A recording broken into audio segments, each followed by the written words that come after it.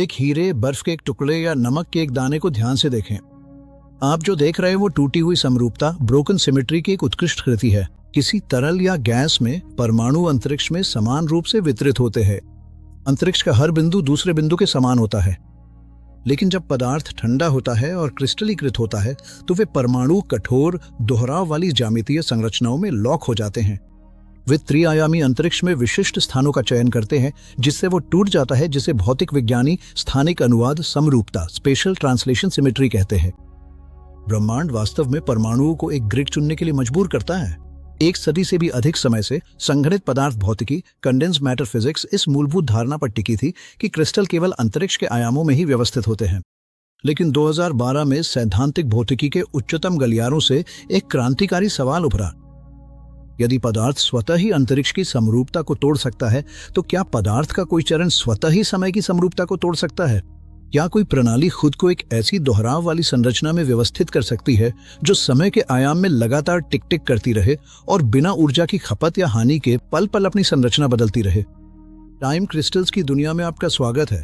पदार्थ का एक नया खोजा गया गैर संतुलन चरण जो अंतरिक्ष में नहीं बल्कि मौलिक रूप से समय में दोहराता है। ये समझने के लिए कि टाइम क्रिस्टल्स को लंबे समय तक असंभव क्यों माना जाता था, हमें सैद्धांतिक भौतिकी में सबसे शानदार सफलताओं में से एक एमी नोएदर के 1915 के प्रमेय को देखना होगा। नोएदर ने सिद्ध किया कि ब्रह्मांड का प्रत्येक मौलिक संरक्षण नियम एक निरंतर समरूपता में निहित है। उदाहरण के लिए, यदि आप आज लंदन में या कल टोक्यो में कोई प्रयोग करते हैं तो उस प्रयोग को नियंत्रित करने वाले भौतिक नियम अपरिवर्तित रहते हैं। ये समरूपता, जिसे निरंतर समय अनुवाद समरूपता के रूप में जाना जाता है, ये निर्धारित करती है कि भौतिकी के नियम समय के साथ अपरिवर्तनीय रहते हैं। और गणितीय रूप से नोएदर ने सिद्ध किया कि निरंतर समय अनुवाद समरूपता ही ऊर्जा संरक्षण का सीधा मूल है। यदि समय निरंतर आगे बढ़ता है और भौतिकी हर क्षण समान रहती है तो ऊर्जा का संरक्षण होना ही चाहिए। अब नोबेल पुरस्कार विजेता फ्रैंक विल्जेक की बात करते हैं। 2012 में विल्जेक ने एक विचारोत्तेजक परिकल्पना प्रस्तुत की। क्या होगा यदि अपनी न्यूनतम संभव ऊर्जा अवस्था यानी अपनी ग्राउंड स्टेट में कोई सिस्टम स्वतः ही निरंतर समय अनुवाद समरूपता को तोड़ दे? विल्जेक ने कणों के एक ऐसे समूह की कल्पना की जो अपनी पूर्णतः न्यूनतम ऊर्जा विन्यास में हो और जो स्थिर न रह सके।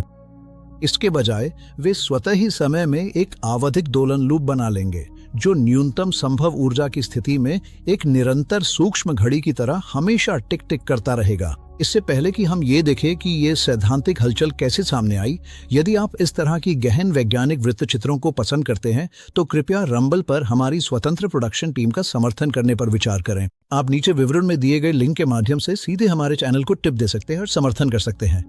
विल्जेक के इस प्रस्ताव ने वैश्विक भौतिकी समुदाय में तुरंत एक हलचल मचा दी। बहुत से लोगों के लिए एक ऐसी प्रणाली जो अपनी न्यूनतम ऊर्जा अवस्था में लगातार गति करती है, वो एक वर्जित अवधारणा यानी एक परपेचुअल मोशन मशीन, निरंतर गति वाली मशीन जैसी संदिग्ध लग रही थी। यदि कोई क्रिस्टल बिना किसी बाहरी ऊर्जा इनपुट के अपनी मूल अवस्था ग्राउंड स्टेट में समय समय पर गति कर सकता है तो क्या हम हमेशा के लिए काम निकालने के लिए इसका उपयोग कर सकते हैं? ऊष्मागतिकी थर्मोडायनामिक्स के नियम एक अडिग दीवार की तरह खड़े थे। पहला नियम ऊर्जा संरक्षण की मांग करता है, जबकि दूसरा नियम ये निर्धारित करता है कि एक बंद प्रणाली में एंट्रोपी यानी अव्यवस्था हमेशा बढ़नी चाहिए। 2015 में सैद्धांतिक भौतिकविदों हारुकी वातानाबे और मसाकी ओशिकावा ने नोगो प्रमेय नोगो थ्योरम के रूप में एक कठोर गणितीय फैसला सुनाया। वातानाबे और ओशिकावा ने स्पष्ट रूप से साबित कर दिया कि ग्राउंड स्टेट थर्मल इक्विलिब्रियम मूल अवस्था तापीय संतुलन में निरंतर टाइम क्रिस्टल गणितीय रूप से असंभव है। अपनी न्यूनतम ऊर्जा अवस्था में या अपने परिवेश के साथ तापीय संतुलन में स्थित कोई भी प्रणाली समय के साथ स्वतः स्फूर्त आवधिक गति प्रदर्शित नहीं कर सकती है। ऊष्मागतिकी के मूलभूत नियम बरकरार रहे। विल्जेक की स्थिर संतुलन टाइम क्रिस्टल की मूल परिकल्पना खत्म हो चुकी थी। फिर भी कहानी यही खत्म नहीं हुई। सैद्धांतिक भौतिकविदों ने महसूस किया कि हालांकि संतुलन टाइम क्रिस्टल असंभव थे, क्वांटम मैकेनिक्स में एक अनछुआ रास्ता लूपहोल था। संतुलन से बाहर की प्रणालियां भौतिकी के नियमों का उल्लंघन किए बिना समय समरूपता को तोड़ने के लिए वैज्ञानिकों ने फ्लोक्विट सिस्टम के रूप में जानी जाने वाली समय समय पर संचालित क्वांटम प्रणालियों का रुख किया।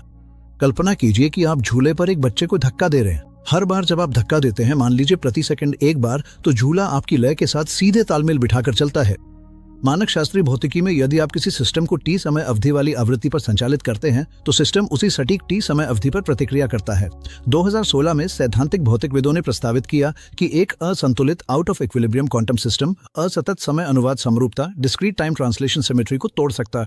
यदि आप क्वांटम स्पिन की एक श्रृंखला पर टी की ड्राइवर अवधि के साथ आवधिक लेजर पल्स की बौछार करते हैं तो एक डिस्क्रीट टाइम क्रिस्टल टी अवधि पर प्रतिक्रिया नहीं करेगा। इसके बजाय सामूहिक क्वांटम इंटरैक्शन के माध्यम से स्पिन ड्राइविंग आवृत्ति के एक अंश पर आगे पीछे फ्लिप करते हैं, जो आमतौर पर 2t की अवधि पर होता है। सोचिए कि ये कितना असाधारण है। आप हर सेकंड में एक बार मेज को थपथपाते हैं, लेकिन मेज हर 2 सेकंड में एक बार आपके पास वापस कंपन करती है। ये सिस्टम इसे संचालित करने वाले बल की डिस्क्रीट टाइम सिमेट्री समय समरूपता को अनदेखा कर देता है और इसके बजाय अपने स्वयं के आंतरिक अस्थायी लय में लॉक हो जाता है।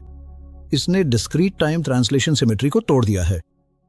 इस घटना को सब हार्मोनिक रिस्पॉन्स के रूप में जाना जाता है। ये सिस्टम समय में सख्ती से कठोर क्वांटम कॉन्फ़िगरेशन के बीच अनिश्चित काल तक दोलन करता है, जो लेजर ड्राइव में छोटे व्यवधानों से पूरी तरह बेपरवाह रहता है। एक महत्वपूर्ण सवाल उठता है, यदि आप लगातार एक क्वांटम सिस्टम को आवधिक लेजर पल्स से हिट करते हैं तो क्या आपको इसमें ऊर्जा इंजेक्ट नहीं करनी चाहिए?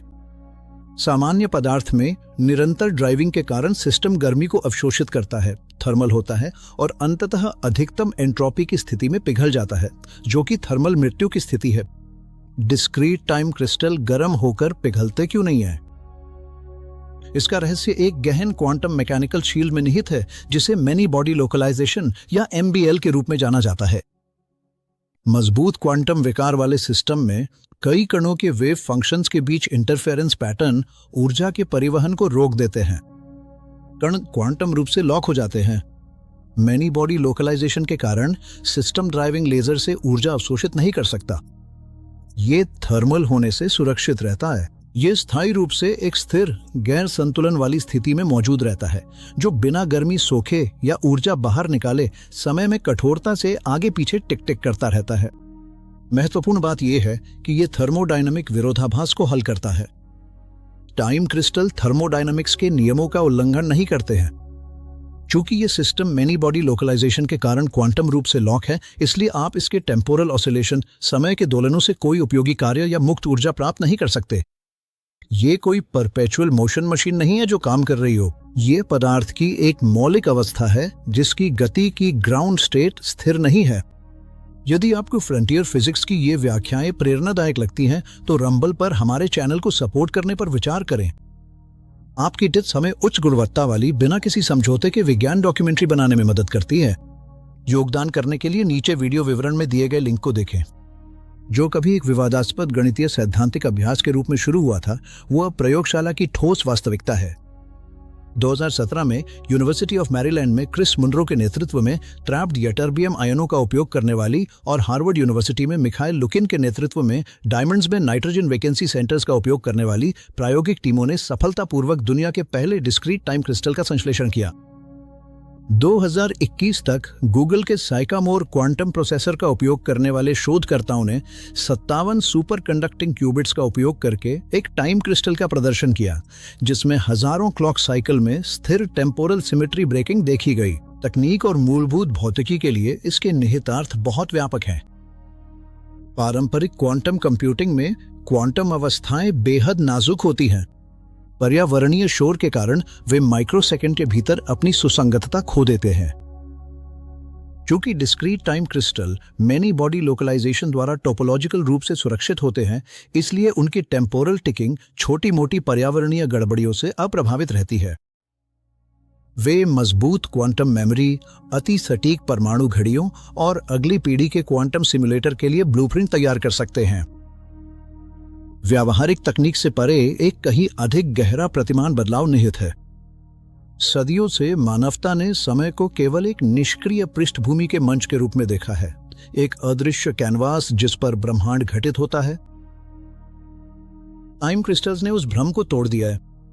वे प्रदर्शित करते हैं कि समय स्वयं भौतिक व्यवस्था के एक संरचनात्मक निर्माण खंड के रूप में कार्य कर सकता है। पदार्थ न केवल अंतरिक्ष के उन 3 आयामों में व्यवस्थित हो सकता है जिन्हें हम छू सकते हैं, बल्कि समय के उस अनदेखे आयाम में भी जिसमें हम निरंतर यात्रा करते हैं। समय अब केवल परिवर्तन का मापन नहीं है, ये पदार्थ की एक अवस्था है